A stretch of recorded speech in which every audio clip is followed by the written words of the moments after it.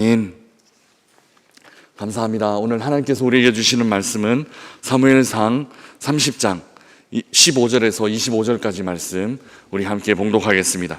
사무엘상 30장 15절에서 25절까지 말씀 우리 함께 봉독하도록 하겠습니다. 15절에서 25절까지입니다. 이것은 하나님의 말씀입니다. 다윗이 그에게 이르되 내가 나를 그 군대로 인도하겠느냐 하니 그가 이르되 당신이 나를 죽이지도 아니하고 내 주인의 수중에 넘기지도 아니하겠다고 하나님의 이름으로 내게 맹세하소서. 그리하면 내가 당신을 그 군대로 인도하리이다 하니라. 그가 다윗을 인도하여 내려가니 그들이 온 땅에 편만하여 블레셋 사람들의 땅과 유다 땅에서 크게 약탈하였으므로 말미암아 먹고 마시며 춤추는지라. 다윗이 새벽부터 이튿날 저물 때까지 그들을 치매 낙타를 타고 도망한 소년 400명 외에는 피한 사람이 없었더라. 다윗이 빼앗아갔던 모든 것을 도로 찾고 그의 두 아내를 구원하였고 그들이 약탈하였던 것 곧 무리의 자녀들이나 빼앗겼던 것은 크고 작은 것을 막론하고 아무것도 모두 다윗이 도로 찾아왔고 다윗이 또 양떼와 소떼를 다 되찾았더니 무리가 그 가축들을 앞에 몰고 가며 이르되 이는 다윗의 전리품이라 하였더라.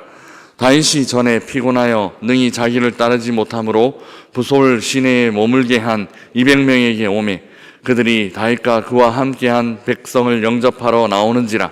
다윗이 그 백성에게 이르러 문안하매 다윗과 함께 갔던 자들 가운데 악한 자와 불량배들이 다 이르되 그들이 우리와 함께 가지 아니하였은즉 우리가 도로 찾은 물건은 무엇이든지 그들에게 주지 말고 각자의 처자만 데리고 떠나가게 하라 하는지라.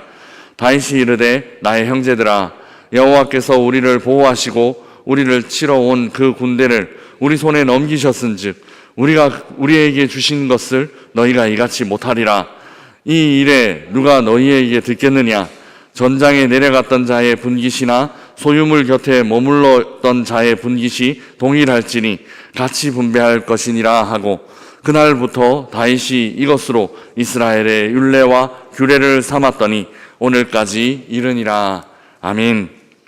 사무엘상의 마지막 부분은 다윗과 사울의 대조가 두드러집니다. 사울은 전쟁의 승패를 묻기 위해 엔돌의 신접한 여인을 찾아갔습니다. 율법에 금하고 있던 일을 행한 것입니다. 반면에 그와 거의 같은 시간에 다윗은 자신과 함께 있던 제사장 아비아달을 불렀습니다.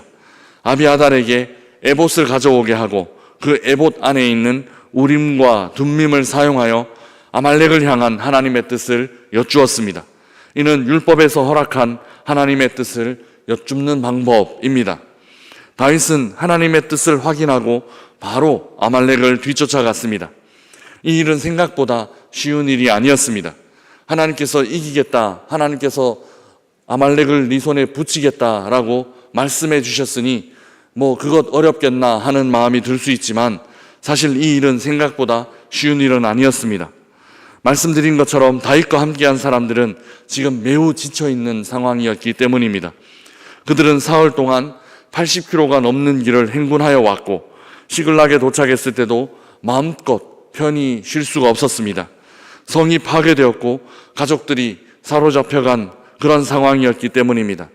이 모습을 보고 그들은 슬피 울었는데 성경은 그들이 더 이상 울 힘이 없을 정도로 통곡했다라고 그렇게 기록하고 있습니다. 탈진할 정도로 지친 이들에게 아니나 다를까 아말렉을 뒤쫓아가는 길에 낙오자가 발생했습니다. 다윗은 일행 중 200명은 부솔 시내를 건너지 말고 머물러 쉬도록 했고 나머지 400명만 부솔 시내를 건너가도록 명령했습니다. 이렇게 아말렉을 뒤쫓던 중 아말렉 사람의 종이었던 애굽 사람을 만나게 됩니다. 그를 통해 아말렉 진영에 대한 귀중한 정보를 얻게 됩니다. 아말렉을 뒤쫓는 과정에서 다윗은 여러 번 율법을 존중하는 모습을 보여주고 있습니다. 이 점이 사울과는 정반대, 결정적으로 다른 점입니다. 사울은 율법에서 금지한 신접한 여인을 찾아간 반면 다윗은 율법에서 허용하고 있는 우림과 둠밈을 사용합니다. 그리고 길을 가다가 만난 환난당한 나그네를 극진히 대접하고 또 보살피고 있습니다. 사무엘상의 마지막은 율법을 지키지 않는 왕의 몰락과 율법을 존중하는 새로운 왕의 등장으로 요약될 수 있습니다. 이제 다윗은 도움을 준 그 애굽 사람의 도움을 거꾸로 받게 됩니다. 16절 말씀 우리 함께 읽어보겠습니다. 16절입니다. 그가 다윗을 인도하여 내려가니 그들이 온 땅에 편만하여 블레셋 사람들의 땅과 유다 땅에서 크게 약탈하였으므로 말미암아 먹고 마시며 춤추는지라. 아멘. 애굽 사람이 인도하는 대로 따라갔을 때 마침내 아말렉 진영에 이르게 되었습니다. 아말렉은 승리에 도취되어 파티를 열고 있었습니다. 16절은 그들이 온 땅에 편만했다라고 기록하고 있는데, 이는 넓은 땅을 차지했다라는 그런 의미가 아니라 전쟁할 수 있는 진영, 모여서 진영을 이루고 있지 못하였고 흩어져서 있었다라는 것을 의미합니다. 아말렉은 북부 전선에 참여 중인 다윗이 이렇게 빨리 자신들을 뒤쫓아올 것이라고는 상상하지도 못했을 것입니다. 그래서 큰 약탈을 자축하는 파티를 열었고 먹고 마시고 춤추는 가운데 있었습니다. 이때가 다윗에게는 기회였습니다. 그리고 하나님의 말씀이 성취되었습니다. 우리 17절 말씀 함께 읽어보겠습니다. 17절입니다.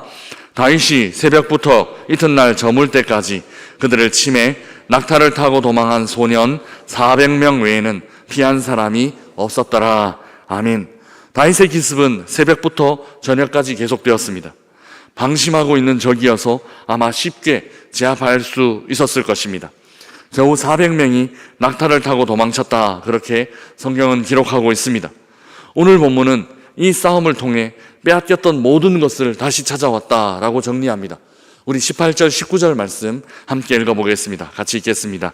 다윗이 아말렉 사람들이 빼앗아갔던 모든 것을 도로 찾고 그의 두 아내를 구원하였고 그들이 약탈하였던 것 곧 무리의 자녀들이나 빼앗겼던 것은 크고 작은 것을 막론하고 아무것도 잃은 것이 없이 모두 다윗이 도로 찾아왔고. 아멘.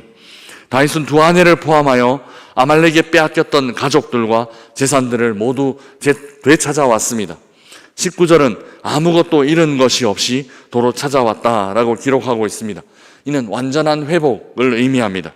조금 전 그렇게 슬피 울었던 상황이 이제 조금의 손해도 없이 다시 찾음으로 완전히 회복된 것입니다. 사실 손해가 없었다라기보다는 더 큰 이익이 있는 시간이었습니다. 아말렉은 다윗이 살고 있던 시글락만 쳤던 것이 아닙니다. 길 위에서 만난 애굽 사람의 증언에 따르면 그레셋 남방, 유다에 속한 지방, 갈렙 남방을 쳤다, 이렇게 시글락 한 성만 쳤던 게 아니라 남방에 있던 여러 성들을 쳤고 그 여러 성들에 있던 물건들, 가축들을 가지고 왔다, 약탈했다라는 것을 알 수 있습니다. 전투할 수 있는 사람이 북쪽 전선으로 이동했기 때문에 남쪽이 비어 있었고 남쪽의 여러 성읍들은 아마 방어하기가 어려웠을 것입니다.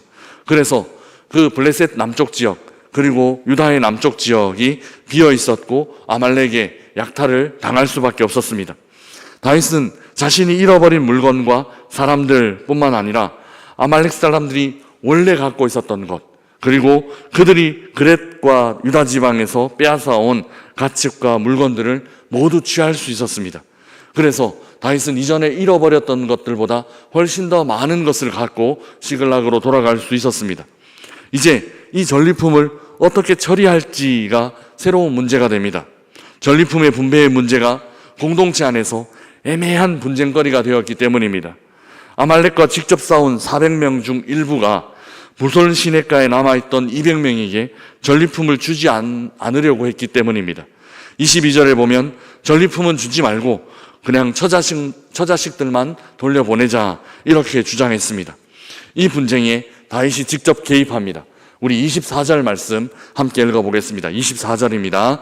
이 일에 누가 너희에게 듣겠느냐? 전장에 내려갔던 자의 분깃이나 소유물 곁에 머물렀던 자의 분깃이 동일할지니 같이 분배할 것이니라 하고. 아멘. 다윗은 단호하게 말합니다. 같이 분배할 것이다. 머물렀던 자들이나 싸우러 나갔던 자들이나 동일하게 분배하자, 이렇게 이야기합니다. 다윗은 직접 아말렉과 싸운 사람이든 후방에 남아있던 사람이든 동등하게 분배하라라고 명령합니다. 그런데 중요한 것은 다윗이 이렇게 명령했던 근거입니다. 다윗이 이렇게 명령한 근거, 왜 이렇게 동등하게 분배하라라고 명령한 것일까요? 그 근거가 23절에 나타납니다. 23절 오늘 본문에서 가장 중요한 말씀입니다. 우리 함께 읽어보겠습니다. 다윗이 이르되 나의 형제들아 여호와께서 우리를 보호하시고 우리를 치러 온 그 군대를 우리 손에 넘기셨은즉 그가 우리에게 주신 것을 너희가 이같이 못하리라. 아멘. 다윗은 우리가 아말렉을 쳐서 이길 수 있었던 것이 우리가 싸움을 잘해서 이길 수 있었던 것이 아니다라고 단호하게 말합니다. 하나님께서 우리를 보호하셨고 하나님께서 그 군대를 우리 손에 넘겨주셨기 때문에 우리가 이길 수 있었던 것이다 라고 단호하게 백성들에게 말하고 있습니다. 그래서 이 전리품들은 우리가 취해온 것이 아니라, 우리가 되찾아온 것이 아니라, 우리가 다시 약탈해온 것이 아니라 하나님께서 우리에게 주신 것이다 라고 그렇게 고백하고 있습니다. 그러니 우리 마음대로 누구에게 공이 더 크니까 더 많이 주고 누구에게 공이 더 작으니까 더 적게 주고 우리 마음대로 이렇게 차등적으로 분배할 수 있는 것이 아니라 하나님께서 하신 것이기 때문에 우리에게는 아무 공로가 없고 하나님께서 하신 것이기 때문에 우리가 동일하게 분배해야 된다라고 그렇게 주장하고 있는 것입니다. 이 생각이 사무엘상 전반적으로 흐르는 생각과 그 맥락을 같이 하고 있습니다. 요나단은 이전에 전쟁에 참여하면서 이 전쟁이 수에 많고 적음에 있지 않다. 하나님께서 이 전쟁을 이기게 하실 수도 있고 지게 하실 수도 있다라고 요나단은 그렇게 고백하고 있습니다. 또한 뿐만 아니라 다윗도 골리앗과 전쟁을 하기 전에 전쟁은 하나님께 속한 것이다 라고 분명하게 고백하고 있습니다. 전쟁은 하나님께 속해 있습니다. 전리품을 나누는 때에도 이 고백이 근거가 되었습니다. 싸움에 직접 나간 사람이나 후방을 지킨 사람이나 동등하게 전리품을 나누어야 하는 이유는 이 전쟁에 이긴 이유가 싸움에 나가서 용감하게 싸웠기 때문이 아니라 그 사람들에게 공이 있고 공로가 있기 때문이 아니다. 사람에게 그 전쟁에 이긴 이유가 있지 않다라고 다윗이 분명하게 고백하고 있기 때문입니다. 오직 하나님께서 이 승리에 대한 모든 공, 전적인 공을 갖고 계시고 하나님께서 이기게 해주셨기 때문에 이길 수 있었다. 이렇게 다윗은 오늘 담대하게 고백하고 있습니다. 이것이 또한 다윗이 왕이 될 수 있었던 이유입니다. 언제나 하나님께서 하신 일, 하나님께서 하셨습니다 라고 인정하는 모습, 즉 하나님이 왕이십니다 라고 인정하는 이 모습이 바로 다윗이 왕이 될 수 있는 사람, 왕이 될 수 있는 자격을 갖고 있다라고 말하고 있는 것입니다. 그리고 동시에 이 모습 안에 사람들을 존중하는 그 존중의 모습이 나타나고 있습니다. 비록 지쳐서 후방에 낙오되어 있는 사람이라 하더라도 같은 공동체 안에 있는 동일한 가족이다, 같은 가족이다 라고 그렇게 인정하는 모습이 있습니다. 다윗은 자신의 공을 내세우지 않고 내가 힘들게 나가서 아말렉과 싸웠는데 그 새벽부터 해질 때까지 그렇게 내가 싸웠는데 라고 자신의 공을 내세우지 않고 그저 하나님께서 하신 일이다 라고 말하면서 어떤 이 하나님께서 하신 일이라는 인정을 바탕으로 모든 사람들을 차별하지 않고 동등하게 대하고 있다라는 것입니다. 하나님께서 하셨기 때문에 우리에게 더 큰 공로가 있는 것이 아니라 하나님께서 하신 일이기 때문에 후방에 남아있는 자들도 하나님께서 그렇게 함께 하셨고 그렇게 도우신 것이다 라는 것이죠. 이 모습이 사울과는 정반대 방향으로 가고 있는 다윗의 모습입니다. 다윗은 서서히 진짜 왕으로 세워질 준비를 하고 있습니다. 사랑하는 명산의 가족 여러분, 하나님께서 우리를 보호하셨다. 하나님께서 우리를 치러 온 그 군대를 우리 손에 넘기셨다. 그래서 이 승리는 하나님께서 우리에게 주신 것이다. 다윗의 이 고백을 기억하는 오늘 하루가 되시기를 주님의 이름으로 축복합니다. 하나님께서 우리의 왕이십니다. 오늘 하루도 하나님께서 우리를 다스리실 것입니다. 지쳐있는 상황 가운데 있다 하더라도 하나님께서 이기게 하시면 이길 수 있습니다. 힘든 상황 가운데, 슬픔 가운데, 또 감정적인 여러 어려움 가운데 묶여있다 하더라도 하나님께서 우리를 풀어주시면, 하나님께서 우리를 해방시키시면, 하나님께서 우리에게 좋은 것을 주시면 우리는 그것 받아 누리는 기쁨으로 변화되는 우리의 슬픔이 기쁨으로 변화되는 오늘 하루가 될 것입니다. 하나님이 우리의 왕이십니다 라는 사실을 기억하는 오늘 하루가 되시기를 주님의 이름으로 축복합니다. 이 진짜 왕을 고백하고 지금도 다스리신 하나님, 그 하나님을 인정하는 사람이 왕이 될 자격이 있는 사람입니다. 그리고 이렇게 하나님을 바르게 인정하는 사람이 사람들 사이의 문제들도 원만하게 해결할 수 있습니다. 하나님을 왕으로 인정하는 오늘 하루가 되시기를 다시 한번 주님의 이름으로 축복합니다. 그리고 그 마음으로 우리들의 가족과 우리들의 이웃을 바라보시기를 바랍니다. 하나님을 사랑하고 그 하나님께서 사랑하시는 사람들을 또한 사랑하는, 그래서 우리 안에 있는 모든 관계의 어려움 하나님 앞에 맡겨드리며 하나님께서 회복시키시고 하나님께서 이끌어 가시는 그 관계의 회복들을 경험하는 오늘 하루가 되시기를 주님의 이름으로 축복합니다.